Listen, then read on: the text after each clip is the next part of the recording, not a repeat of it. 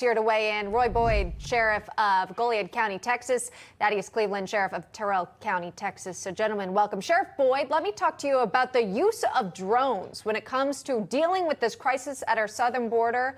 Seems successful, at least in this operation here. Talk to me more about that. Yeah, so unfortunately, the Biden administration has removed most of the aerostats that were traditionally used to watch from the air to look for illegal crossings across the southwest border. Now there's only 4 of those in existence that are still being used. And so the state of Texas is having to step up and bring in technology to fill those gaps that the Biden administration has caused. And so this is an innovative way for the governor and the state of Texas and even local law enforcement to look after the activities that are going on in areas where we can't necessarily devote manpower all the time. So, Sheriff, again, the governor's saying they're using drones out there. And according to Governor Abbott, he says this: since the launch of Operation Lone Star, the multi-agency effort has led to this. More than 511,000 illegal immigrant apprehensions and more than 42,000 criminal arrests, with more than 37,000 felony charges. This in the fight against the fentanyl crisis. Texas law enforcement has seized more than 481 million lethal doses of fentanyl, enough to kill every man, woman, and child in the United States and Mexico combined during this border mission. Talk to us about this, if you could, Sheriff Cleveland. Certainly, partnerships are key along our border. Partnerships are key to fight crime, period. When I was a U.S. Border Patrol agent, we partnered with Texas DPS. Out in Arizona, we partnered with their highway patrol. And then, of course, our local sheriffs, our local police departments.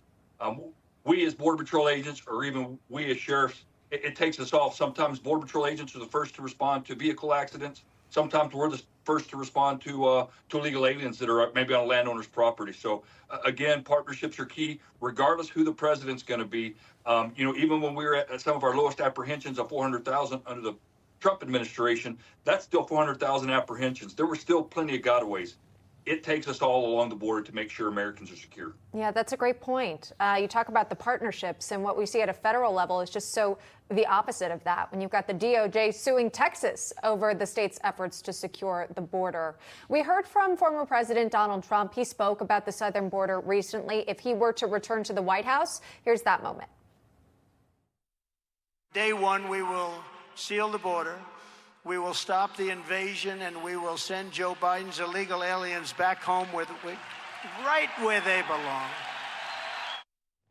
And Sheriff Boyd, that's a big undertaking, right? When you have millions of people who have entered this country within, at that point, the past 4 years, how would that actually work when you go about sort of finding folks who shouldn't be here to begin with? Well, a long time ago, believe it or not, we used to have officers at the local level that were dual commissioned as U.S. Customs agents and were able to enforce immigration laws. And so there's a methodology by which President Trump would be able to actually enact and be successful in the plan that he has put forward. And if he is able to get back in office, then we fully intend to push forward and make that happen, because it's not just millions, it's tens of millions. Somewhere between 40 to 50 million people have actually come in this country in the last 3 years. And we have to do something, because if we don't take care of what is happening in the interior, securing the border is not going to save our nation. We have to save not only the border area, but we have to save the entire country. And that's something we're going to have to look at and get done. Yeah, no matter what it takes. Affecting several of our major cities here, New York City, Chicago, and several others. Infrastructure crumbling, the setup for homeless, not necessarily ready for this influx again in migrants, though they call themselves sanctuary cities. But good luck with a population like this when you have just almost 180,000 coming in 1 month. That from Customs Border Protection. Sheriff Roy Boyd and Sheriff Thaddeus Cleveland, thank you both. We do appreciate that. Thank you. God bless.